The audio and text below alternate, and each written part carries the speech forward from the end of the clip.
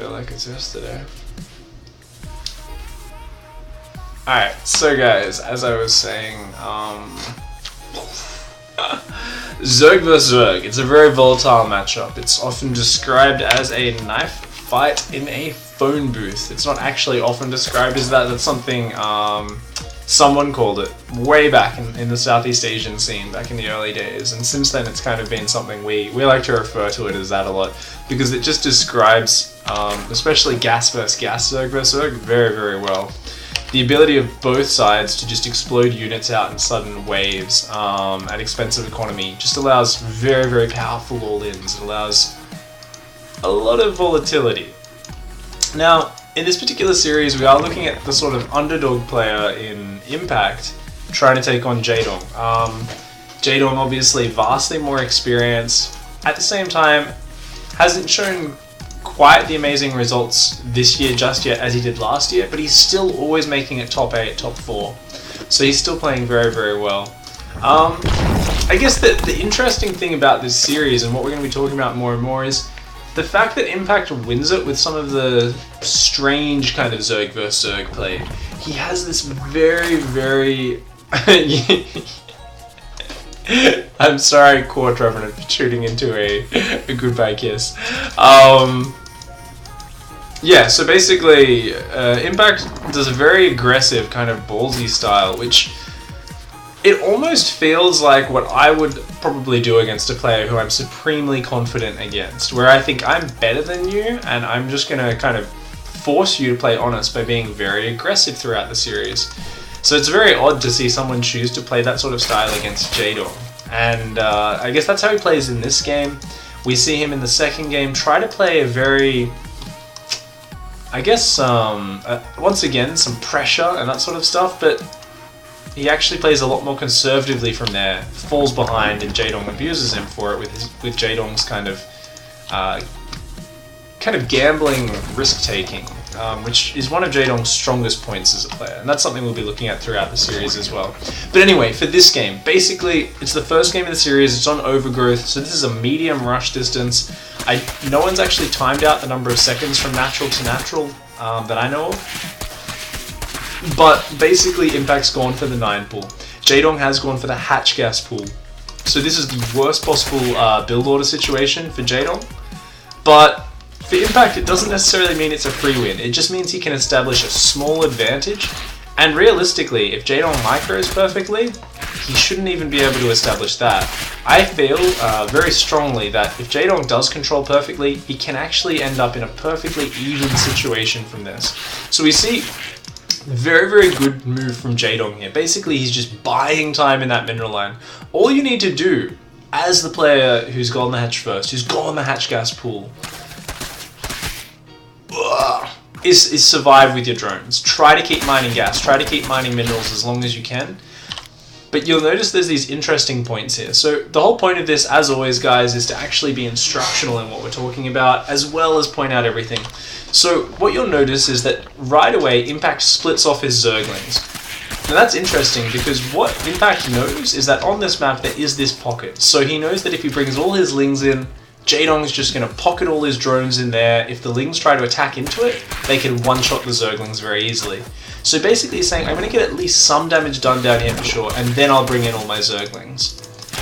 Now, the reason he waits until he has 8 Zerglings before he does that is because with just 6 Zerglings, the drones can drone drill through the Zerglings, surround them, they can take an engagement, and actually be cost efficient and clean them all up.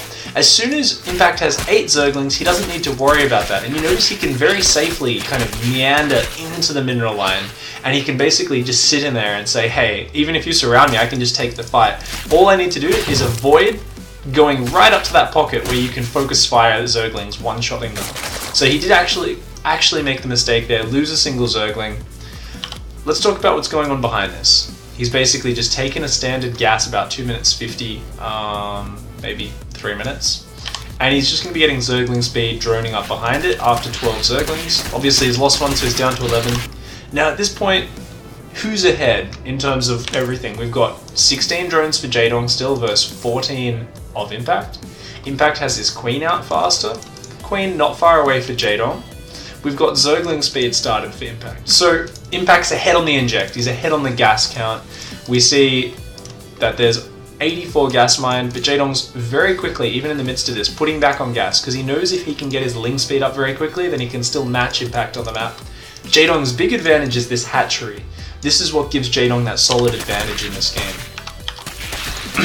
Now here is where Jaedong makes quite a large error, cornering himself over here. All he needs to do here is buy some time.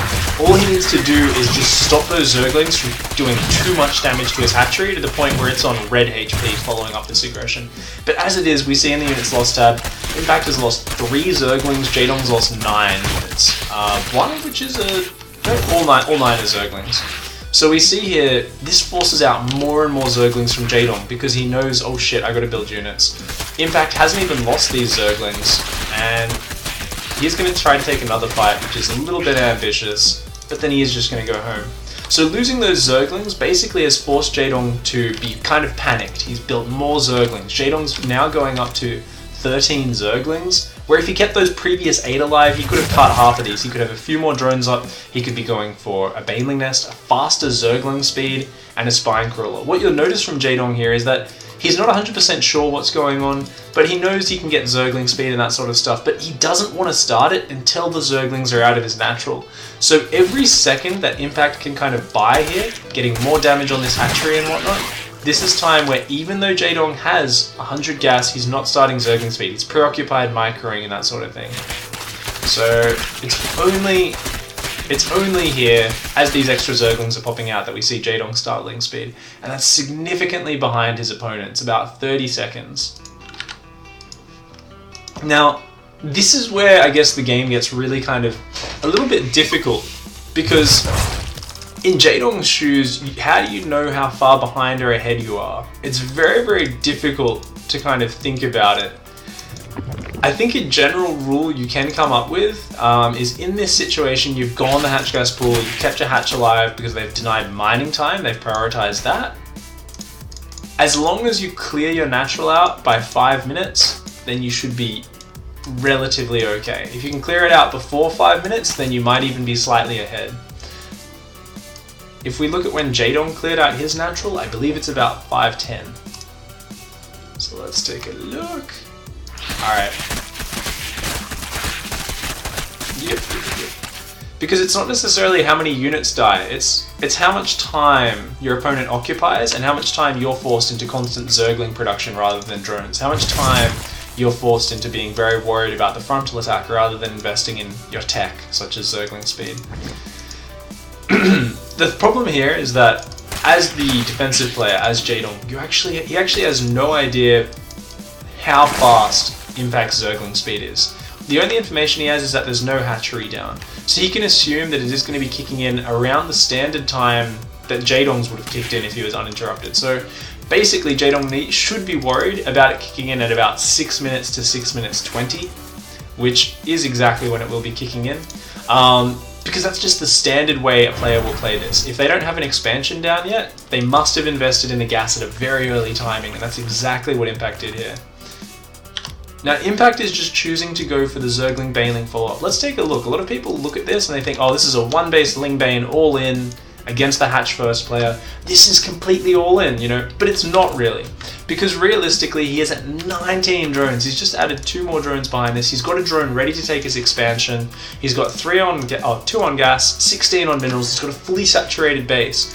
So behind this, he's looking to expand, but he's using his tech advantage. He knows that he's denied a lot of gas mining time. He knows he's probably going to be ahead in that. So he knows Jaedong won't have Banelings out at the same time as him. So he's going to morph these sneaky Banelings over here. He's going to come across the map and he's going to try and deal that sort of heavy pressure blow. Now this is kind of interesting that Impact's gone for this follow-up, because it's such a middle of the road follow-up to kind of just say, rather than take a very fast gasless hatchery behind this and establish my lead that way, I'm just gonna use my tech advantage and just attack you with Ling Bane. And he comes in here, gets a really nice surround on the queens, and you can see that he's just gonna do really, really good damage here. There's just no answer for the Banelings from Jaedong. Jaedong only has Zerglings, and he's actually skipped his Baneling Nest. And this previously weakened hatchery, even though Impact's numbers are starting to fall down, He gets the snipe on that hatchery, and that's absolutely vital. Now, this is a really key turning point in this game where Impact's attack has actually paid off. Now, it's something where we look at this and we say, oh, okay, well, Jaedong just didn't have banelings in time. I guess he was too far behind from earlier. But if we actually go back in this game, what's interesting is that Jaedong took a gamble, and this is something you'll see throughout all of Jaedong's games, is he's a very, very much a player who doesn't hesitate. He senses that his opponent's going to be going one direction, and he instantly takes several risks to hard counter that. That's how Jaedong kind of wins off his intuition a lot of the time. He gets himself in these fantastic positions, and then as soon as he sniffs blood, as soon as he has that advantage, suddenly he's the one who drives it home. So let's go back just a little bit, and let's take a look at the lead up to that attack, and let's kind of think about, wait, why did that actually work? If we look at Jaedong's build, okay, he's building a spine here at the 6-minute mark. Why is there no baneling nest? If we look, he's only got one guy mining gas, and he's actually basically doing a very streamlined build here, where he's saying, you know what? I will have my Zerglings. I harvested my gas really early this game. I'm going to have a really fast link speed. I reckon it'll be about the same time as yours. I'm just going to defend with a Spine Crawler, my 2 Queens, and just speedlings kind of crashing out onto the map. And this is actually a viable way to defend, and this is a really interesting decision which we don't see outside of high level play a lot, but is very, very good. You'll see players like Cats make this sort of decision all the time, where if he had Zergling speed right now, he could bypass the Zergling Baneling. He could have 10 Zerglings across the map, intercepting reinforcements and denying the hatchery, forcing Impact to pull units home. And suddenly, it doesn't matter so much if he loses his hatchery, because he's causing so much damage at home of his opponent. He's intercepting these units halfway across the map, all the way over here. The real issue with Zergling Baneling fights is if you let your opponent get across the map, set up their Banelings the moment their Baneling nest finishes, and then waltz in an orderly fashion, suddenly, if you don't have, the spines, the queen, and the Banelings, you're gonna fall apart. They're just gonna be able to take advantage of you. And that is what we saw here. Jaedong took a gamble, basically saying, you know what? I wouldn't even call it a gamble in terms of that. I think it was a misread in terms of he thought this will be fine because I've got 6 Zergling control, I can counterattack, but he misread the fact that he thought his gas was actually on par with Impact's when it wasn't. Obviously I could be misreading that, but otherwise there's no reason to have defended in such a kind of tight manner as Jaedong did. The other reason, of course, and part of the reason Jaedong opts for this, is that he's skipping the Baneling nest. Now, what does that save for Jaedong? It saves a drone, it saves another 100 minerals. And the problem, even if he goes a Baneling nest, is he's still going to need to morph Zerglings, morph Banelings, which costs more resources. Now, with this option, it still offers him the map control that Zergling Baneling gives him without the investment of the Baneling nest. He can still get on the map and fight, he can counterattack, he can spread out. So it potentially gives him the ability to be just as cost efficient as Ling Bane, but it gives him that little bit more economy which he feels he needs in this game. And we can see that because reflected in the drone count, 19 drones for Impact, even though he doesn't have the hatchery down, and only 17 for Jaedong. So if we imagine, if Jaedong had actually built a Baneling nest, he'd be down a drone. He might even be down another drone or 2 on top of that because of the cost of the Baneling nest. So you can imagine a Jaedong with 15 drones at this point, he doesn't know how much his opponent's going to commit to the attack, but it almost doesn't matter because he knows he just wouldn't have the economy to catch up. So Jaedong trying to just play it, kind of cut to the bone in terms of his defenses, just be very, very minimal. It ended up biting him in the ass here. But let's actually talk about the situation a little bit more in terms of, well, is the situation always this bad if you're defending against a 9 pool? Let's go back, was Impact's build just a build order win against the Hatch Gas pool? I actually feel it wasn't. I think with the very conservative gasless 9 pool into the 2-minute 50 gas follow-up, like around the time you start building your queen, I think this sort of attack from Impact, it's like I was saying before, it kind of shows confidence because normally you only do this if you're confident that you're better than your opponent. That in an evenly matched micro war, like we see at the start where he's slightly favored, it's only ever going to establish a small advantage for Impact. This is never going to just straight up kill Jaedong. At the top level, players don't die to this sort of 9 pool, but the potential follow-ups are what can kill them. Now, if we go back, we can see this, when Jaedong failed to defend properly with his Zerglings at his natural, he panicked a little bit. That is when Jaedong really took a lot of damage this game. Now looking at Jaedong's prioritizing, you can see he immediately is putting guys back on gas because he realizes how important it is to get Zergling speed. Because if he gets that ahead of his opponent, then he's actually in a sick position. But here is where we actually see Jaedong do one unit control syndrome. So if we're going to watch from Jaedong's view now, this is something I really like to do in this show, so we can get inside the mind of the player. He's actually got all of his Zerglings here on one hotkey. Why is that bad? Because in this situation, you don't want to just be kind of blindly controlling one hotkey. Your units are spread on both sides of your opponent. Sure, joining them up is great, but your opponent's almost always going to be going up to 12 Zerglings. So he's got all 11 Zerglings right there. You've only got 8 here. Sure, we've got 4 more about to pop, but you've got to just rally these eggs over here, rally this guy over here, rally these guys here. And the way you micro against this to try and save the hatchery is you just control these guys manually. Boxing, you come down, you just attack the Zerglings, pull back, attack the Zerglings, pull back, and those Zerglings need to turn around. At least half of these Zerglings need to turn around and fight you. You buy the extra 15 seconds for your extra Zerglings to come out, and then you overpower it. And what we saw here is Jaedong not anticipating that Impact would react so quickly, kind of trying to rejoin his Zerglings, or thinking these other Zerglings would pop out a bit sooner, and getting a horrible concave in that corner.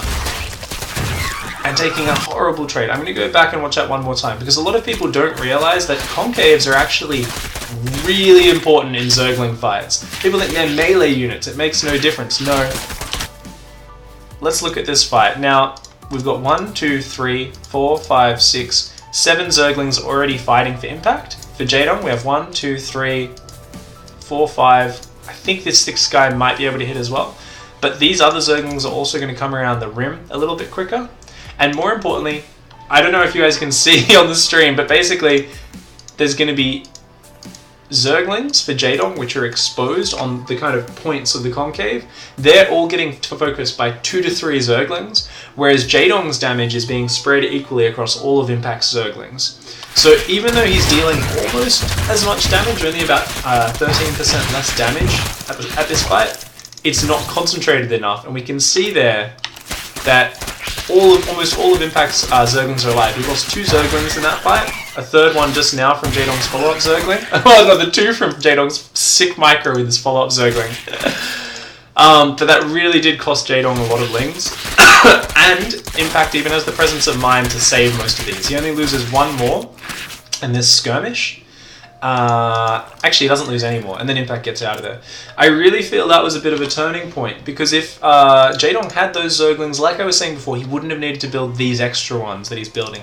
He wouldn't need to overbuild them so much, and that would mean he could have 2 to 3 more drones. You might think that's not a big deal, but if we look at that follow-up attack timing, let's fast forward to the 6-minute mark. I mean, you can see that Jaedong would have been able to afford some more things here. So, and does he build any more drones? He does build another drone in a second, I'm quite sure. There we go, he builds 2 more drones just as Impact's charging across the map. He definitely could have afforded a Baneling Nest in here somewhere.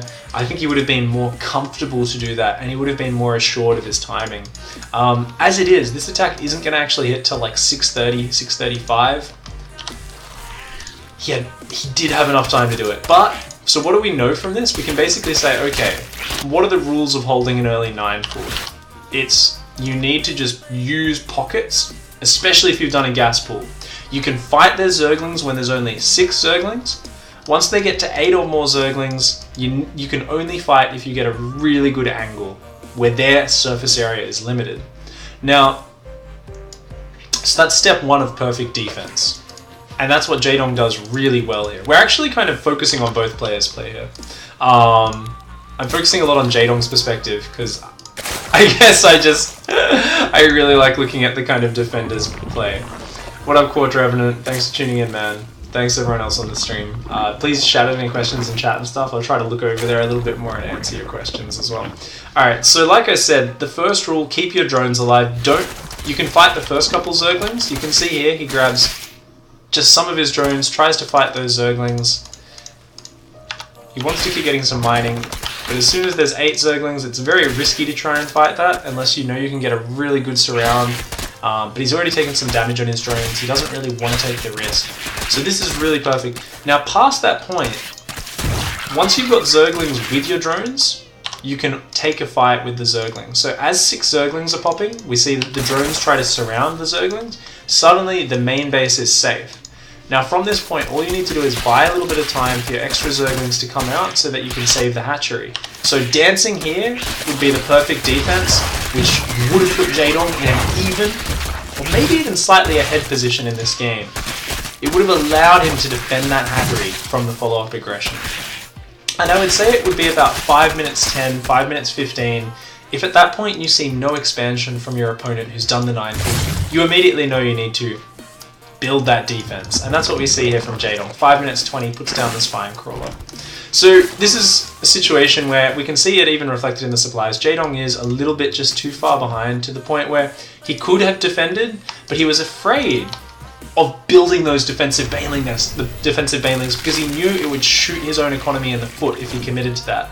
He knew that he didn't really have the money to afford doing that. And so he skimped here, and it really pays off for Impact. Now looking at this from Impact's side, like I said before, this is the most standard way of doing it, where if you think you're better than your opponent, you can absolutely win the game. So it's a very late expansion. It relies on you establishing a small lead with your early 9 pull, which he did manage to do with the very nice surround down here, and then follow up with the Zergling Baneling pressure, where you feel like your opponent won't be able to out-micro you here, and you'll be able to just use your tech advantage to pressure them to do damage. And just killing the queens here is already massive, but getting the hatchery on top of that, it just puts Impact in pretty much a game-winning situation. So we see from Impact a very interesting choice in the beginning of this series where he says, you know what, Jaedong likes to play risky. He probably doesn't think I'm going to 9 pull in this game 1. I'm going to do it. I'm confident that he won't defend perfectly, that I have better micro than him, and that I'm going to establish an advantage in this game. Jaedong came frighteningly close to actually holding the 9 pull and having an advantage, but in the end, Impact is just too strong with his own micro, and he managed to just push it through. You can see from here, it's actually very interesting how Impact plays, because the game does go for another 10 minutes, and we're going to watch this on a little bit faster speed because it's not quite as interesting. But we see Jaedong is on 1 base. He's trying to re-expand off a paltry 16 drones. Impact, on the other hand, knows he has an expansion, and he does something which I remember a lot of players watching this, and the commentators were watching this as well, because I did watch the VOD back after it first aired. Obviously it was airing at like 2 AM my time. Everyone was saying Impact starts to get too over-aggressive here. He's throwing away too many units. And I myself, watching the VOD, I remember feeling the same way. But I actually really like what Impact's doing here. Okay, so he's running around, he's keeping Jaedong occupied. He's coming in again! And he's trying to kill these Banelings. He almost got that hatchery there. Unfortunately, losing a lot of Zerglings on the ramp. You might think, oh, is this going to let Jaedong back into this game? There's absolutely no way Jaedong can get back into this game unless Impact makes monumental fuck-ups. And I think it's this kind of automatic thing that especially a lot of foreign players who are very defensively focused like myself, we watch this and we think, oh, but there's so many opportunities to screw up going for this aggression. Why don't you just drone up, use your expansion? But Impact's using his expansion in a different way. What we see is a much more balanced way of droning. We see him just mixing 1 or 2 drones here or there while constantly being aggressive. Now, there's a couple of reasons for this. The first rule is defending with Zergling Baneling is always harder than attacking with Zergling Baneling. Impact knows that he can inject perfectly behind this. He can keep his macro going, and there's a good chance he's actually going to get a lot of drone damage done as well. Kills 2 drones there, and he just keeps railing in. Now, is this being cost efficient in the units lost? Not necessarily, but he's still ahead there. This is putting crazy pressure on Jaedong. Every lava that goes down, every drone that goes down is just another lead for Impact. And you might think, oh, this is wasteful, you know, only killing a Zergling or 2 with each Baneling.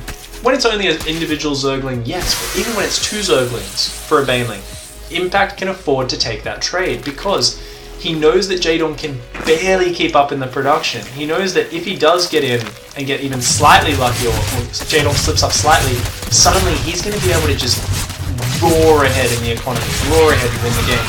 And through all this, even though his trades aren't individually the most efficient, it's that same rule of, in any matchup, if you're ahead, significantly in economy, significantly in production, you can afford to trade badly. Because what it does is it limits your opponent's ability to drone up, it limits your opponent's ability to catch up in the army.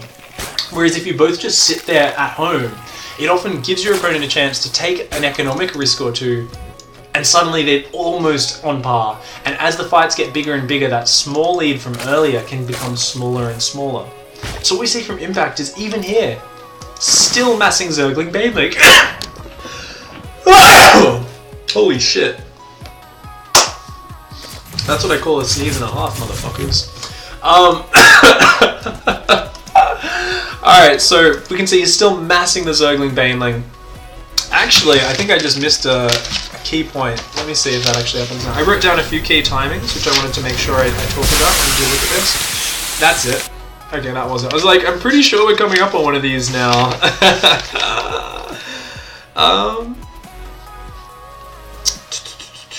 Yeah, okay. So yeah, there's a bad detonation there for Impact. So Impact takes a few bad trades here across the map. He even invests in a spine at home, despite being so aggressive. So basically, Impact is actually playing as safe as possible. And it's kind of odd to hear that, because you think, well, if someone's just attacking constantly, how is that safe?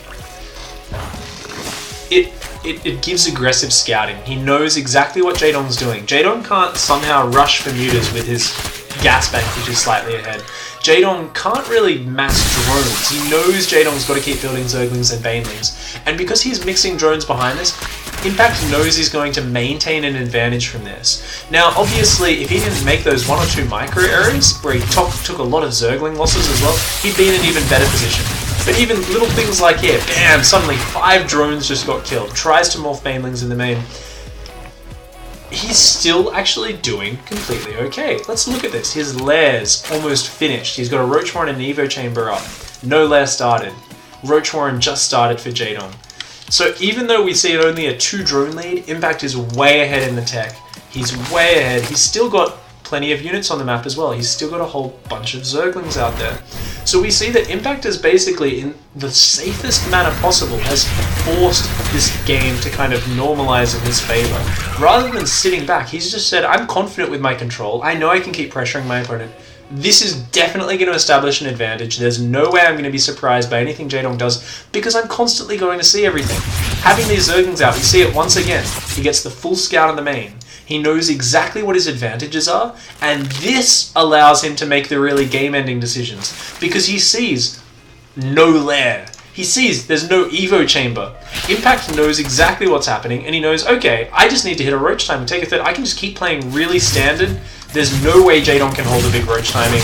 As long as I just keep building my economy a little bit, then I'm completely safe. It's completely fine. I cannot lose this game.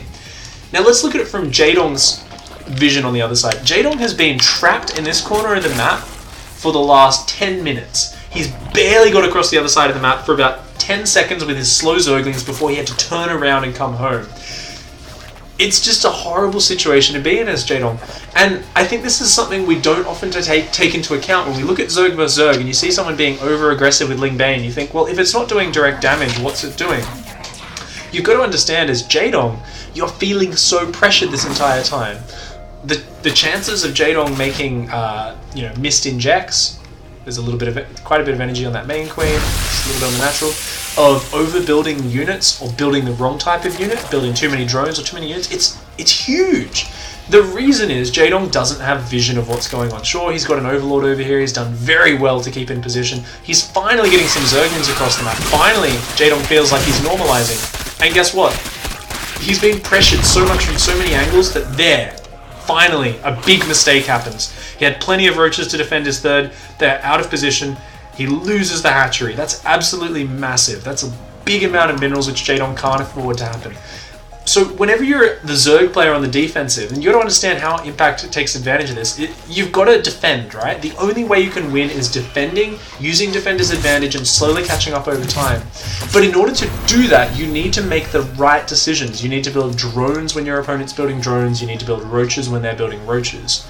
Now, if you've constantly got Zerglings and Banelings in your face for 10 minutes, suddenly you don't even know when your opponent's committing to lair. You don't know if he's going to suddenly morph 12 Banelings out front your base.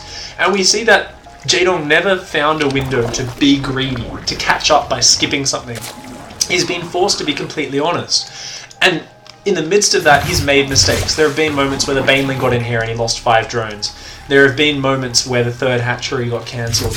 And on top of that, just look at his map vision. Now look at Impact's map vision on the other side. Impact has all the information. Not only because his scouts are everywhere, but because each time you attack, especially in Zerg vs Zerg, you force your opponent to show their hand. If you're throwing your weight around, which is exactly what Impact does in this game to finish it off, it actually forces your opponent to reposition all their units and commit everything to that defense, because the only way they're going to come back into the game is with a sick defensive engagement where they've kind of built just the right amount of drones and just the right amount of units. Impact puts so much pressure on all game that by the time he comes in with this push, Jaedong is going some Hydralisks, which there's no way he's going to get away with building some Hydralisks. They're way too expensive for the supply he's at. He just doesn't have enough units. He was down like 30-40 supply. It's just game over. And all the roaches just turned invisible, but all the drones keep dying. Wow, ghost roaches. That's some scary shit. GG. So I think what was really interesting about that game is that Impact played a style where in the early game he said, I can out-micro you, and I'm very confident to keep you honest. I also think you're probably going to do something which this is good against, like a hatch gas pool. But rather than just going all in with, say, a 10-pool Baneling, which I think would have been a very good choice against that build on that map, medium rush distance on a map where your opponent goes hatch gas pool, 2-player map, I think that would have been GG. But we see that Impact didn't go for that sort of option. Impact was like, nah, I'm pretty sure you might do this, but even if you go a pool hatch, I'm still going to be in the game. I'm still going to be able to fight it out because I'm confident in what's going on. So I think that was really impressive, the way Impact actually chose to play that. And the fact that in the follow-up, he basically said, there's no way you're going to catch up in micro-engagements. I'm going to force you to stay behind in micro-engagements. And Jaedong obviously fought impressively. We saw him take good trade after good trade after good trade, but it just wasn't enough to equalize with Impact, because amidst those good trades Jaedong was taking, he was limited on vision, he was in his corner, he was struggling to keep up because there was so much pressure on him, and bam, he made a mistake. 2 drones died in the main. Bam, he made a mistake. 5 drones died in the natural. Bam, he made a mistake. The 3rd hatchery got sniped down by Zerglings. So we actually saw Impact kind of force his mechanical strength onto Jaedong, actually, and that's something you very, very rarely see. So that's actually awesome. Hey, Grey Prince, am I going to do a point of view week for Terran? I'd absolutely love to. I can't promise it at the moment because I'm very much in tournament mode right now. In that I'm going to DreamHack for the entire circuit. Obviously I missed Bucharest, but I will be going for the rest of the circuit. Hopefully qualifying for DreamHack Winter, which would be awesome, so I can go back for that as well. So I'm very much focused on Zerg play right now, so I don't really have time to study up on Terran or Protoss play quite as much. So whilst I'm happy to look at it from their perspectives in the versus Zerg matchup, the PVZ and the TVZ, I'm not willing to look at it outside of that until probably when I get back from Europe. I'm going to put a lot more effort into the show, making it so it is accessible to Terrans, to Protoss players, so that I can actually put content out there and bring on some other pros to help teach me and teach the audience, teach you guys how those matchups work. Getting potentially some of the lesser known pros as well, who actually have really, really good understanding of the matchup, to talk about it. But any other questions you guys have, do shout them out in chat, and it would be awesome. And a good question there from Dujinchi. So while we're just at the start of this next game, I'll answer a couple of questions. Dujinchi saying, let's say you're more comfortable with adding a second spine crawler rather than a Baneling nest in that last game. Would that be cost effective? And if so, where would you put it? Well, the issue with a second spine crawler in that specific situation, Dujin, is that it doesn't give you any aggressive potential. Something Jaedong always wants is the ability to get map control, to kind of roam across the map and so on. I think a second spine crawler would have worked fantastically. Because the hatchery is so late, I think that's definitely a decent way to go about it. The Baneling Nest offers a little bit more counterattack potential, and it costs a similar amount, so it does depend what you prefer to do. If you did set up a second spine crawler, normally you just set them up spread apart enough that Banelings can't kill them at the natural. So Imagine it's this natural in this game. We put a spine there, put a spine there, something like that. Chuck your 2 queens up front in the middle. Suddenly you've got a very, very good kind of ranged attack area to snipe down those banelings as they come in. Oh, Revenant. What up, Revs? Why are you awake at this time? Gee, damn. I guess you've got army today or something. Sorry, Revenant. You Zerg people scare the crap out of me. It's a completely bizarre race that I can't figure out for the life of me. Alright, no worries. Any other questions, do shout them out in chat, guys, and I will try and answer them when I can. Units are better than buildings is generally a good rule. Absolutely, but definitely in that last game we saw that it was a little bit questionable. Because obviously Jaedong died there, so a second spine in that situation. If that saves the hatch, that'd be fantastic. The reason in that specific situation actually why you'd never drop a second spine is the hatchery was too weak. So when the hatchery is taking that much damage, if they just do a protracted Ling Bane battle and a lot of the banelings happen to detonate on the hatchery, suddenly your natural's dead. I'm not saying they run the banelings in and just headbutt them into the hatchery, but what you'll notice is as you're defending that area, as the banelings explode on spines, on zerglings, as they get focused down, most of them are going to detonate in range of the hatchery. So a second spine crawler doesn't limit that, whereas having banelings combined with a spine crawler with queens, that can stop the banelings getting into your base. So that's actually the most important way of doing it. Now the reason I zoomed back here is I'm pretty sure this was a 14 pool following up the 15 hatch, so I just wanted to check that. Oh, it's actually a pool hatch. Ah, so this is a really, really weird build out of Impact. Normally people do this off a hatch first, where they go a 14 pool and then they build 6 to 8 zerglings. Ah, accidentally pressed fast forward. What Impact does here, doesn't matter about the fast forward, he actually builds 6 zerglings straight away off this this pool hatch. So that's actually quite a big sacrifice of drones early on off the pool first opening. This would absolutely crush any early pool. I'm not sure if he's worried about that. I really think he thought I can surprise him if it's cross map, I can put some pressure on, and this is a good way to force scouting information. And this is something we notice as a habit in Impact's play. He likes to do aggression, not necessarily to kill or cripple his opponent. He likes to do aggression in order to scout, in order to see exactly what's happening out there. So what we see here is he's not going to do massive damage. What has he done? He's forced the drones out of the natural. He's wasted a bit of mining time. He didn't really kill anything. He didn't kill anything at all, actually. Really good micro by Jaedong. But behind this, he's going into just lots of drones. Now, what we see in the follow-up of this is very interesting. What scouting information has he got? Okay, he's seen that he's still mining gas. Now, there's 2 things Jaedong could be doing. He could upgrade a lair right now, or, well, in the next few seconds, or he could go for a baneling nest. He could have dropped a baneling nest in the natural, he could go for a big all-in. Now what we see from Impact is that he actually is playing very, very safe against the all-in. Notice the 4 queen opening, and a spine crawler, and a wall off by the time the zerglings come. This is actually just too much defense. The reason is that Jaedong himself is playing very greedy. So let's talk about information that both players had and why Jaedong's being greedy and why Impact's being safe. So if we look at Jaedong's point of view, he has no idea what the fuck his opponent is doing. His opponent could be going for a speedling all-in, and those zerglings could be diving across the map in the next 10 seconds. They could charge across, and what would Jaedong have? He would have 8 zerglings, 2 queens. No baneling nest, no spine. What's he going to do? Wall off and just have 2 queens behind it shelling? Basically, Jaedong's in a pretty hard spot, and he builds 7 drones. He doesn't even give a shit. He basically is calling Impact's bluff here to some extent.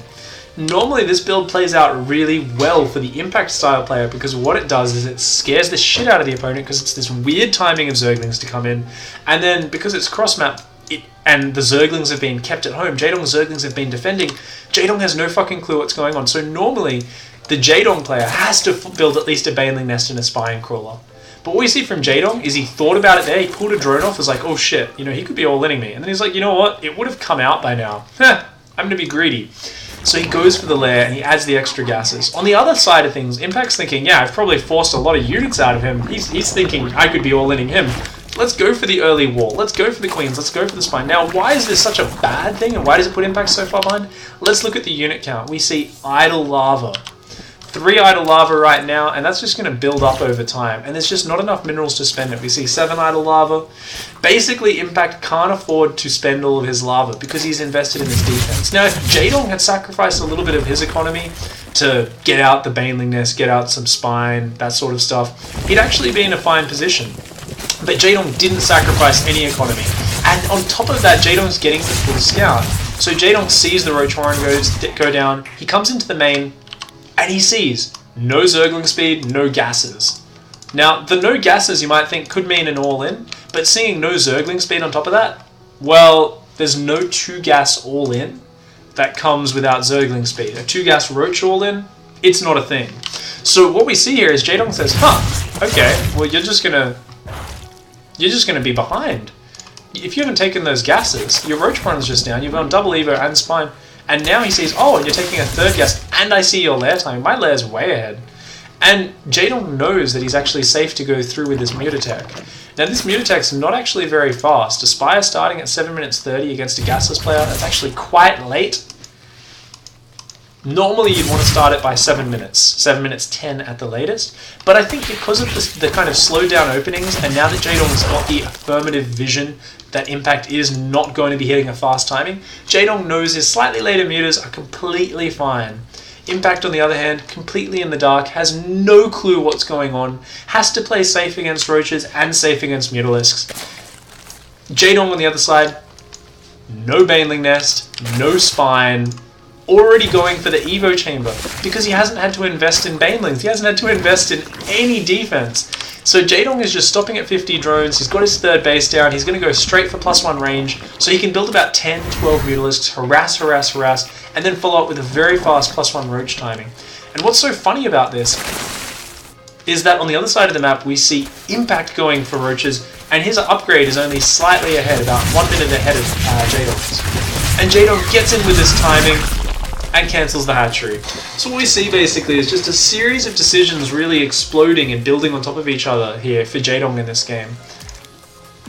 It all comes back to, like I said, him skimping on the defense, kind of calling Impact's bluff and saying, I don't need any defensive units, I don't think you're attacking. This is probably a gasless follow-up. He just kind of guessed that. It was purely his knowledge of the opponent, his knowledge of how the build plays out for Impact. And it's actually paying off perfectly. Now, this is also a very safe move he just did. Building like 30, 40 Zerglings just to cancel your opponent's hatch, to keep them honest. Very safe way to play, which is, I think, absolutely solid out of Jaedong. I know some players would try to drone their 3rd up knowing they're ahead, knowing they're going to have mutas out, but you should always build a wave of Zerglings, at least 20, and in this case it's 35 Zerglings total which Jaedong builds. Now, Impact, on the other hand, actually tries to make a smart decision here. You might think, okay, everything's gone wrong for Impact, how could he possibly come back from here? I actually really like what he chooses to do. So after that earlier scout on his base, we see at about 8 minutes that gets cleaned up. And what were we talking about being the important scouting information? So it just got cleaned up then, just heard the Zergling die. Oh, here they are. He's seen 3 gases, lair, he knows that Impact can't hit a fast all-in. So what does Impact do? The moment the Zerglings are out of the main, he starts that Zergling speed. I actually just want to check. Did he let Jaedong see that? I've actually got to check this now, because that Zergling speed starts sooner than I thought. Oh wow, I think he actually let Jaedong see it. That's sloppy. Jaedong does see it. Oh, okay. I totally misread this when I watched the replay last night. I skimmed through it just to check what happened. I actually thought he started that once Jaedong left the base. But to continue with the Zergling speed, and then to mass out the Zerglings, it's a little bit of an iffy choice. The reason is, you know your opponent's going to have Zerglings up before you. So this 3rd base, Impact's kind of taking a bit of a gamble here. He's saying, you know what, if I can just keep this 3rd alive with queens and maybe a spine and some slow Zerglings, and then my Ling speed can kick in, I can put pressure back on him. I can keep him at home if he goes mutas. I can scout with those speedlings if he's gone for Roaches. But it's definitely too big a risk in this case. There's too much of a window there, and because Jaedong's seen the Zergling speed and he knows this is a big threat, a big wave of speedlings pouring across the map, he's going to keep building speedlings. That's why he's playing the safer way. So Impact here just a little bit too slow to save that natural, has to put that back down. And from here, Jaedong has all the information, to the point where Jaedong is even going to start his Mutalisks. He doesn't even feel pressured enough that he has to keep massing Zerglings. And Impact is committed so big to this. 48 Zerglings, only 45 drones. I mean, he had to commit a lot to it because his third died, but he doesn't have much behind this. He's got his 1-1 and Roach Speed on the way, but against a Mutalisk player, you need to know they're going Mutalisks. He still doesn't realize exactly what's going on. Yep, doesn't actually see Spire. And he's actually in the situation where he's saying, I've got to kill your third. I've just built 50 Zerglings. If I don't kill your third, I need to keep you at home for a long time. I need to get a good trade-off. And this micro from Jaedong is just sick. Comes in from both sides, keeps pulling his Zerglings back, just keeps buying time. And he buys so much time to get the Mutalisks out. Brings the Queen down, transfuses the hatch. He's rallying Speedlings and Mutas, clean that up. And that was just beautiful. I want to watch that one more time because that's exactly what you do to buy time and in all matchups. You just kind of poke forward, pull back, force them to engage and disengage. And the way Jaedong did this under pressure was very, very perfect. And this is kind of, I guess, the trademark of Jaedong's play. Impact, on the other hand, I absolutely agree with him going for the hatchery because this forces Jaedong to engage him. Otherwise, Jaedong can just run for circles. But look at this. Jaedong pulls back. Okay, comes in from both sides again. And then starts pulling back on both sides. But then he thinks, hey, he never fully disengages. He just pulls back a little bit because he knows he wants to keep this hatchery alive. He knows if he loses that, Impact's in a decent position. But as it is, he cleans that up. The Zerglings get kind of surrounded in here because of Jaedong's unit placement, because the Muta's coming out, and we see horrible inequity in the units lost tab. So at this point, Impact is pretty much dead in the water. It all comes back to Impact did a build order where he didn't have aggressive potential at all. He didn't have aggressive scouting after the opening, and yet he played very, very safe with it. And Jaedong called it and just played very, very greedy against it and totally abused him. I think a key point as well was definitely that scout getting in the main base when he repositioned the spine out front the natural. When you're going gasless, the issue is you don't have a lot of flexibility in your play. Before I was saying I think he should have cancelled the Zergling speed and gone for roaches, but realistically that cedes so much map control that's also a very problematic decision itself. Realistically, Impact didn't have a lot of choices after his Zergling speed got scouted because he's gone gasless. And this is why, as a gasless player, it is so important for you to actually come out into the game saying, I am never going to let my opponent see what I'm doing. This wall, its function is to limit information. So I could be going for a sneaky Roach Ling all in. I could be going for a mass Ling timing.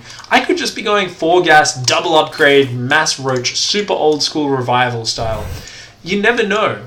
But as soon as the gas player, the player with the flexibility, with all the adjustability, the faster third, as soon as they get that scouting information, they're always going to take advantage for it. So the two key mistakes, one was Jaedong simply just calling the bluff, playing better in the early game. The next one was simply Impact letting the scout in, very sloppy Queen blocking at his natural at that point, and that's really put him in the hard position. Now, from here, I like what Impact's trying to do. He's trying to run Speedlings around the map. He's trying to run around the edges and buy time, because what can he not afford? He cannot afford Spore Crawlers. The general rule is you can't afford Spore Crawlers until you've got at least 10 or more drones on your third base. Because if you're at, say, 44 drones, just barely saturated on 2 bases, and you start dropping spores, suddenly you're on 12 drones mining here. You're on, 14 mining here. Your economy is so bad you can just never afford to drone your third base. Whereas if you've got these extra drones on the third, which you're taking the Spore Crawlers out of, then it's not such a big impact. And we see that Impact it's not such a big impact. Hi-oh, bad puns. Fuck, people need to get names that don't get used in casting and analyzing so much. But we can see that Impact understands this, in that he's skimped on the Spore Crawlers. He actually he's cemented his position now. Earlier on, he only had a single Spore Crawler here, and like a single Spore Crawler here and a single Spore Crawler here. But he's really cemented it now. He's put some more spores in. But there's still big open areas here. At the natural, this is an open area. So Overlords and this Evo Chamber are exposed. At the third base, there's an area here where the Mutas can come in and snipe drones very easily. So we can see Impact knows if he just builds too many Spore Crawlers, yes, he'll be safe from the Mutalisks. but he'll have shot his own economy in the foot. The roach timing will kill him. He has no chance of holding it. So Impact does play quite well from here and skipping that, running the Zerglings around the edge of the map. But what we see from Jaedong in this whole Mutalisk stage of the game is just absolute map dominance in terms of defensively setting everything up and not going over aggressive. And I actually feel it's a mistake in this game because we can see everything, we know that. But I think for Jaedong's decision making in game, it makes perfect sense. He goes across the map, and the thing is, he's not committing to a lot of Mutalisks, just 9. So he's gone across and he's just seen the 4 or 5 queens, and he's just turned around. Now if we look at what's happened, if he flew into the main right now and started denying mining, oh my god, that would be absolutely devastating. If he got here, or even here, and just started picking off drones that are rallying down, this would be devastating to Impact's economy. But what we see is Jaedong pulling home and saying, you know what? It's a big map. I have absolute map control. How can I lose this game? Maybe a Nidus Worm. Probably counterattacks, if I let counterattacks in. So he's basically saying his Zerglings are just going to check the edges of the map. His Muters clearing up the Watchtower. He's going to go clear up the Overlords. And the thing is, because he's letting Impact get away with being a little bit quote-unquote greedy here, how is he going to make up for that and cement his advantage? Because he knows he's in a good spot. If you're not going to punish your opponent for being greedy, like we saw Impact do in Game 1, what are you going to do? Well, you've got to be greedier. And we see that very fast 4th base for Jaedong. Very uncharacteristic for a Zerg vs Zerg. But this is the perfect way to cement your advantage. And we see a 5th macro hatchery come down. So 5 hatch roach off 4 gases. You can build roaches pretty much non-stop with this sort of situation. And he's just going to clear up this Overseer, even though he could be just causing critical damage to Impact at home. He says, you know what, I've got such a sick economy, your 3rd wasn't even saturated, I'm just going to take a 4th, chuck some drones on there, and there's no way you're catching up in this game. This is actually the safest defensive way to finish the game. And Jaedong just closes it out now, so we'll fast forward through to the end. We see he puts 9 drones on this 4th base. 16 on his in his natural, 15 in his main, 16 on his 3rd, no gases, and this is also for anyone out there who doesn't who has trouble finishing the game when you're working Mutalisks against a Roach player because they have superior upgrades or because they have infestors and queens. This is how you do it. You don't necessarily need the 4th base, but you need to skip the gases. Even though Jaedong built the infestation pit in the main base, you'll notice he's not using it straight away. The reason for that is that he knows no matter what, Impact's going to have his infestors earlier. Impact's going to have his upgrades a bit earlier. How do you equalize that? You basically build your economy faster. The Muters have forced your economy to be higher. The Muters finally flying into the main base. Now that he's got a big standing army, he doesn't need the Muters to kill any roaches potentially counterattacking. He's basically saying, oh, okay, let's go sacrifice these Muters, try and get some damage done. And off this huge, massive 70 drone economy, 4 bases mining the minerals, he can just explode into so many roaches. And especially because he's got that fast upgrades on that Evo chamber, because of his earlier greed, he's going to be hitting with a +2 timing up against a +2-1 Impact. So there's almost no upgrade advantage for Impact, very minuscule, and he's just going to close this game out with this roach timing. Now a lot of players might look at this fight and they might think, oh man, this is silly. Let me just turn the sound down so that the roach battles don't kill our ears, by the way. I would pause my music as well. Basically, you might think, oh, that's a horrible fight. That didn't go too well. Yeah, it didn't go too well. But guess what? The infestors are out of energy. Some of the infestors died. And Jaedong can afford to reproduce these roaches. Impact cannot. Impact's barely just got his 3rd base up mining. He's done a Zergling run. A Zergling run by at the same time. Sorry for my nose being a bit blocked today, guys. And that's killed some drones. He's got Burrow, so after taking damage, he can just heal up. And as the reinforcements flood across, he knows he can just keep A-moving roaches. And as long as he gets half-decent trades, he's going to win. But he knows that at this key point, around the time he's maxed, Impact is going to be way down on supply. Fungal can only do so much if you don't have the numbers to back it up. So it is just going to be one-sided from there, and Jaedong does overwhelm. GG.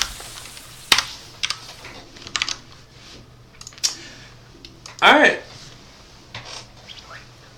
So that's actually a pretty good game we watched there. I think some of the best stuff we saw from that game was Jaedong's ability to look at his opponent and say, I think I know what you're doing. Jaedong is very good at calling people's bluffs. He's very good at bluffing himself. That's one of his strongest suits. He doesn't hesitate. As soon as he thinks something's happening, he tries to capitalize on the situation. That's what we saw in that game. He absolutely skipped defense, was like, nah, you're probably going gasless or not going to attack me. I'm fine. Impact, on the other hand, was like, yeah, I got to play honest here. You know, I'm pretty sure he's going to react with a lot of units. In hindsight, you know, it was the wrong decision for Impact. Was it wrong necessarily? Well, it comes back to the build order. We can understand that that's the only way for Impact to be safe from that opening, is to get the wall off, to get the spine, to get the 4 queens. I think he definitely could have cut a corner somewhere, potentially skip the 4th queen, or go the 4 queen and the wall off, but not the spine crawler. I think there was definitely room for him to skip something. I think it was unnecessary to be quite so safe against Jaedong in that game. So guys, I'm going to answer some of the questions in chat typing while we go to a quick ad break, and then we will jump straight into game 3. We'll be right back.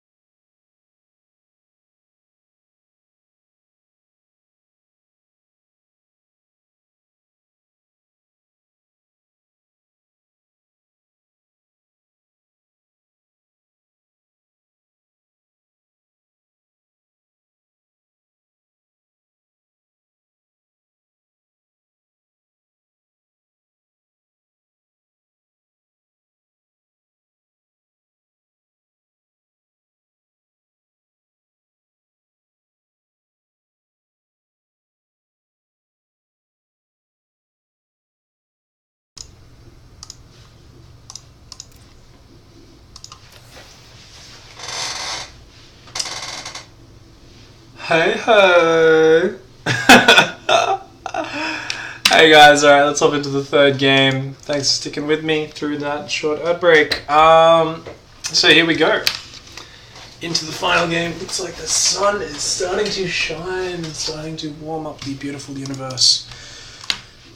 We are hopping into the final game, guys. Oh, sound is working. Okay, cool. So we are hopping into the final game of Impact vs Jaedong. Obviously, this is a weird game, and this is, as I said in the post, and as it says in the title, as you guys can see it, Impact used aggressive, fearless, and tricky Zerg versus Zerg. I think in game 1, we saw both aggressive and fearless.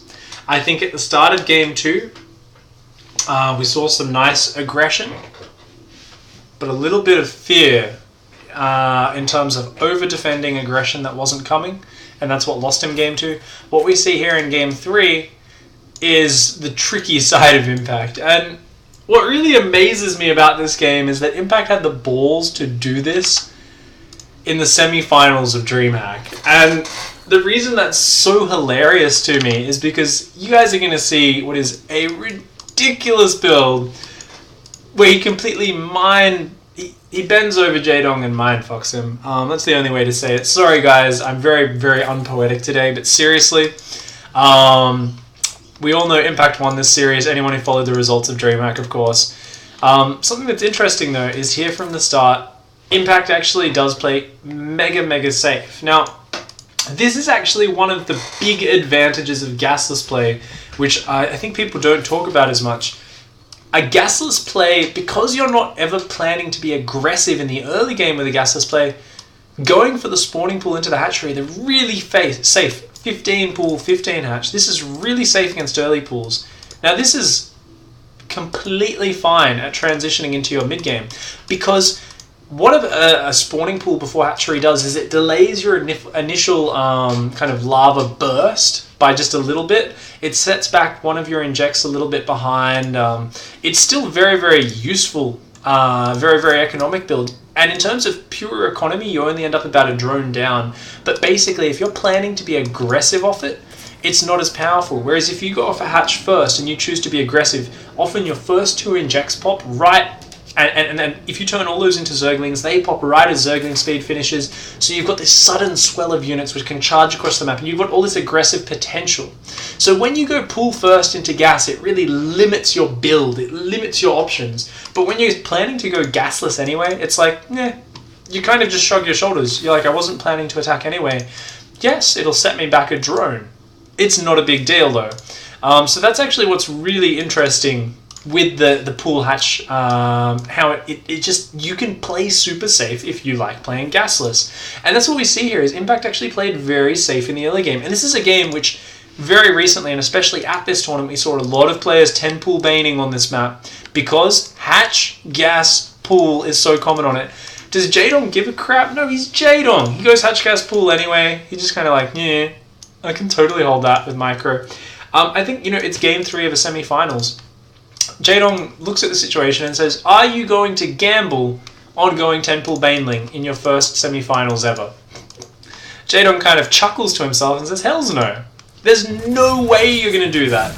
I'm just going to laugh at you. I'm just going to be super greedy, and I'm going to take a third base at 5 minutes just to laugh at you even more, because I'm more experienced and I know when to take risks. And this is, as we've been talking about the whole time, Jaedong's real strength. It's bluffing, it's taking gambles, it's reading his opponent. This is actually very similar to the build Life did, except Life did it against the gas player in this same tournament. I can't remember which series. We might actually take a look at it afterwards, because I'm kind of getting through these replays a lot quicker than I thought I would. Where he actually did the same build. The opponent obviously tried to attack his third with Ling Bane, and Life was like, nah, screw you, I'm just going to defend with like Speedlings and a couple Banelings of my own. And it was a sick build, it worked really well. But what we see here from Jaedong is he's just going for that fast third base. He's going second gas relatively early, before 6 minutes, and then going straight for a really fast lair and an Evo chamber, and then a Roach Warren.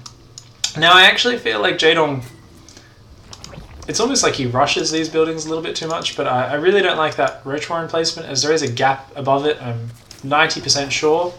I'm guessing he's planning to wall off here, but he's got to kill that creep tumor if he wants to do that.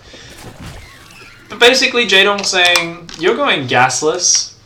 I'm just going to take 3 gas, third base, go up to about probably 60 drones, 55 maybe, and then I'm going to pump out roaches off my superior economy. I'll just attack your third if you try to get one. I'll overwhelm you, you will die. What is Jaedong neglecting here? Unfortunately, it's scouting. And it's not just him neglecting it, but it's Impact actively denying it, and Impact selling him a story. Like I said, this is his tricky game. He's just banking Zerglings off not that high a drone count. Now, it's so incredible that he would choose to do this, because this is a map where it's so easy to scout.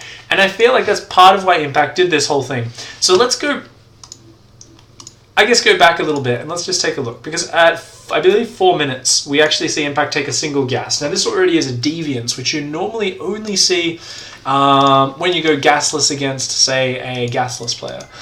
You want to go for that big swell of Zerglings, and then, you know, it works out really well. So we will see him take this gas geyser in the main base right around 4 minutes and 10 seconds. 4 minutes and 10 seconds. So he's basically going for that gas, and he's just going to keep droning up. Now, he's basically planning to do a massive speedling all in off about 30 drones. This is obviously a very ballsy maneuver. Now, what's very important is denying the scouting. Something you'll notice, which is another downside of going hatch first, is your Zerglings get across the map quite late. If your opponent's gone hatch first, you can often get into the main base because the other queen's still kind of walking from the main down, as we see here.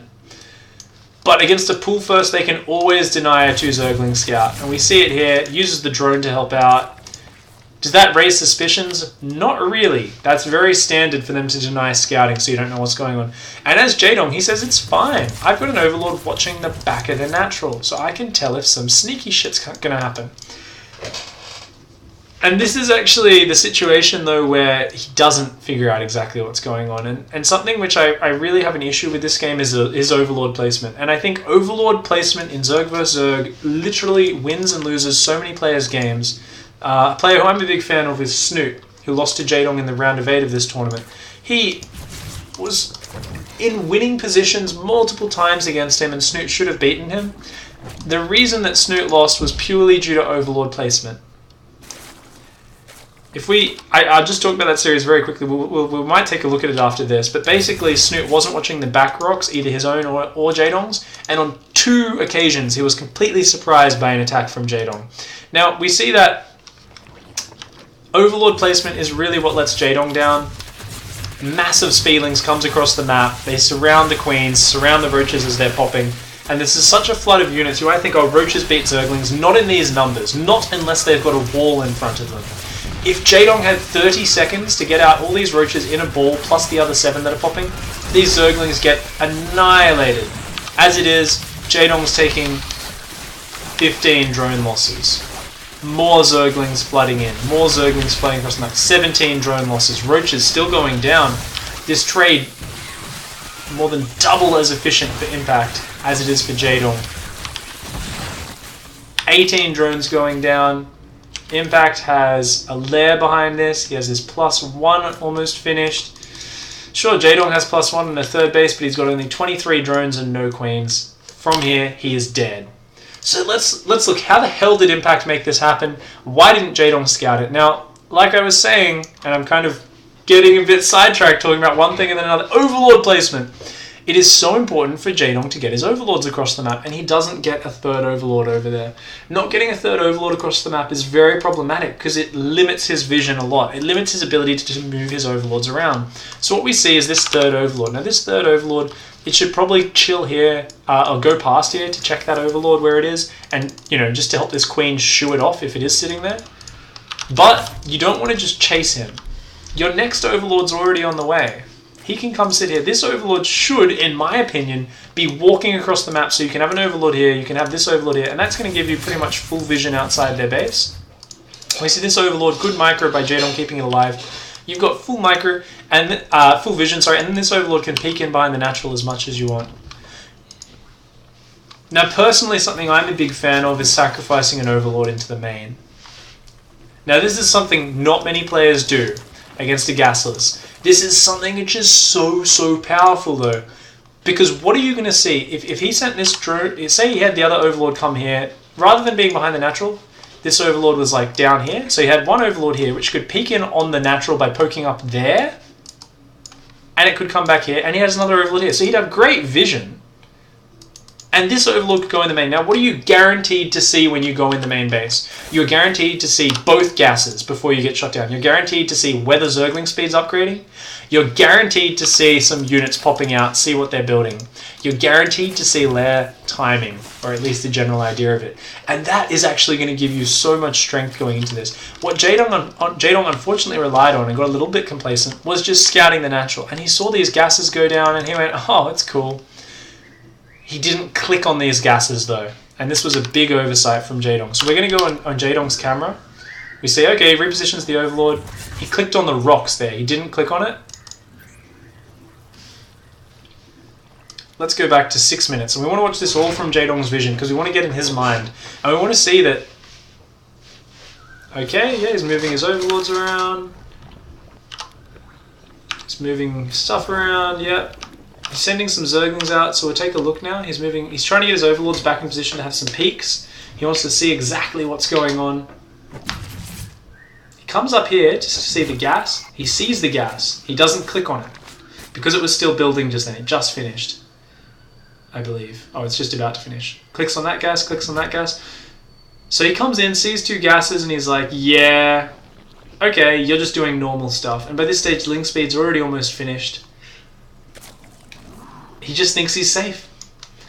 The real sad thing here is, at the timing he was planning to start building roaches, if he just had a wall off, he actually just loses the third base and is in a completely fine position. If he even just had forward warning of them coming across the map, he holds.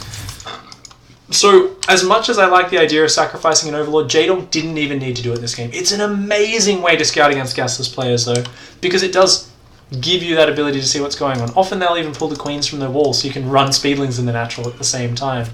But what we want to look at now is the vision. We want to look at this last 30 seconds in terms of these big holes in Jaedong's vision because he only has two Overlords across the map. And we want to look at all these Zerglings and how they sneak halfway across the map before Jaedong spots them. So these Zerglings... And let's talk a little bit more about Impact's build, by the way. Fake gases, fake Evo chambers, spine crawler, and 4 queens when he doesn't even need it. He's selling the idea. He's sold the idea so completely. He's just done everything he needs to sell it. And if we look at Jaedong's vision, he's only just getting the extra Overlord at the front now. These Zerglings, the queens chase off those two Jaedong Zerglings. They came down here because it looked like Impact was going to run around that way. So if we watch this. So Impact's like, alright, I'll go down this way. Oh, no. He saw the Zerglings turn and immediately changed direction up here. Jaedong's Overlords. Not going to see this until far too late. His Zerglings running in. He's just spotted the Zerglings there. Jaedong reacts. But the Zerglings are too close. Jaedong doesn't have time. He's got a gap there and a gap there. I feel like there's a gap at the top as well. Yes, there is. And he can't get the wall up. If he could get those queens in position, if he could have a better wall off, he should have had the Roach Warren there, the Evo there, and then just block an Evo there and only have one section at the bottom where he has to block. If he had done that, he does hold this off. He still loses the third. The game's not over by any means. But Impact committed so much to this. He's on only 29 drones. Jaedong would have the faster roach speed, the faster +1, and then ends +2. He wouldn't lose any drones in the natural, and he would have won this game. And it all comes back to getting your Overlords across the map. It's important to make sure they can't just sit above your natural and scout you, but you should never be devoting your third Overlord to that. You should always be using 3 Overlords, especially on a map like this, to kind of make sure you've got vision completely outside their base so you see what's coming across. And this was basically just balls for Impact. It was just absolute balls, thinking, I'm going to trick the shit out of him. This is a big, important semi-final game. It's the final game in the series. This is the game where basically, if Jaedong, if either win, they advance to the finals, they get an extra, $2,500 or so. It's this weird situation where Jaedong, who's been kind of playing greedy and calling Impact's bluffs all game, finally gets completely tricked out and just absolutely destroyed because he thinks, I'm calling Impact's bluff. Impact's going to play a little bit too safe, a bit too conservative. Impact absolutely destroys him with this build. So let's go back a little bit and let's talk about, very quickly, the pieces of this. And Impact, I feel he planned this. It's really hard to say if he just thought about it and thought, yeah, this will be a good idea. Because he does it off such a low drone count. That's what really surprises me. He starts massing Zerglings at the 6-minute mark. And it's very funny because what we'll see from Impact is that he's very aware that there's an Overlord over here somewhere. He's very aware that it's going to be able to scout. So his Queen is constantly behind the mineral line. We'll see it's going from side to side. It's hunting. And he's bringing this Overlord up because he's like, shit, I need to know where that Overlord is so I can deny its vision. I need to make sure it's not on the high ground. So he's getting vision on the high ground. And this Queen's just going to keep kind of roaming around looking for that Overlord. He's obviously hiding the Zerglings in here as Overlords can peek in from the edges. And he takes these gases as well, so that if they get peeked on, it's like, yeah, I'm taking gases. Especially here, at this point. This is probably actually quite scary for Impact. Because he's like, well, if Jaedong clicked on that extractor, I don't think he knows about the Overlord at the back. Well, he does. He's like, he probably was thinking, shit, he can see the gases that I'm not mining from, he knows. But Jaedong just was preoccupied. Even the APM beast that is Jaedong doesn't always see exactly what's going on. You only see those Zerglings skimming there and there. Jaedong reacts so quickly, but he just cannot hold it. So this is just a really sick play from Impact. Completely tricks Jaedong out. Not much more to say about it, except that in an important game, doing something tricky is actually very powerful. And the thing is, this isn't just a dumb all-in, oh, he did a 7-gate and hoped he didn't get scouted. He completely sold the all-in. And that's what's so impressive about this, is that there were so many opportunities for it to get scouted. Now obviously an Overlord sacrificing into the main is very rare, but this natural is so exposed. There were such chances that, you know, somehow Jaedong would see the late gases and anticipate something coming. But Impact knew that because he was cutting drones so early, the standard timing, where I think Jaedong was planning to build roaches off about 40 drones because he thought there might be a 35 drone timing coming. Even that is not early enough to stop this. You need the wall off. You need to realize exactly what's happening. And the thing which is questionable about Impact's play, and what makes me wonder, was this really a good strategy, is what if Jaedong had an Overlord sitting here, and he saw the Zerglings the moment they ran there? What if he got the wall off down? What if he didn't have this silly gap at the top of his wall, which is just stupid? Funnily enough, oh no, Impact had already committed to it by the time he saw that. But yeah, like, would Jaedong have just held this off really easily without even seeing it coming? Would he have just lost the third, counterattacked with Speed Roach and +1 and 1? It's hard to say. I think Jaedong could have definitely crushed it with that. But what's very important, especially for pro players, is not to get in the mindset of, oh, if this happened, it just wouldn't have worked. You've got to look at what can make something work, and you've got to understand that there's a lot of human error involved in StarCraft. No one plays a perfect game. And some of the absolute best players out there base their entire play styles around screwing their opponent over and fucking with them. Curious's Zerg vs Protoss, for the longest time, was just based around fucking toying with his opponent. And it was some of the best Zerg vs Protoss in Wings of Liberty. We look at players who are starting to show a lot of success despite, some people would say, you know, questionable macro and late game. Players like Haas, players like Tude Ming, who are just these masters of all-ins, but because they're so good at tricking their opponent out, they're so good at a multitude of timings and all-ins, they're actually incredibly powerful players. So this is not the traditional series I like to analyze, where I look at it and I say, this build is so solid, look at how he did this, there's no way he can get caught out, he's, you know, dotting his I's and crossing his T's and whatever other overused caster euphemism you want to use. Euphemism? Really? My vocabulary is falling apart today. Sorry, guys. Yeah, so basically, it's just pretty much over from here. Impact can just follow up with the Roach timing, and he will roll over Jaedong. But what's so interesting is that it's all been tricky. It's all been There's almost upfront aggression in game 1, where he simply just microed well with a solid, aggressive, straight-up aggression, the 9 pull with a delayed gas follow-up. And Jaedong made mistakes. He forced mistakes out of an opponent in a high-pressure situation. He tricked out his opponent in a high-pressure situation with an all-in, which committed so much to selling the story that it was actually forced to do a huge amount of damage. Imagine if he didn't take the Evos and the Extractors, he could have bloody well had a third base. He could have had a lot more drones mining behind it. But as it was, Impact wanted to sell the story because he knew that this was all about the surprise. He knows that a big Zergling wave needs to get in the natural and do real damage to be properly worth it.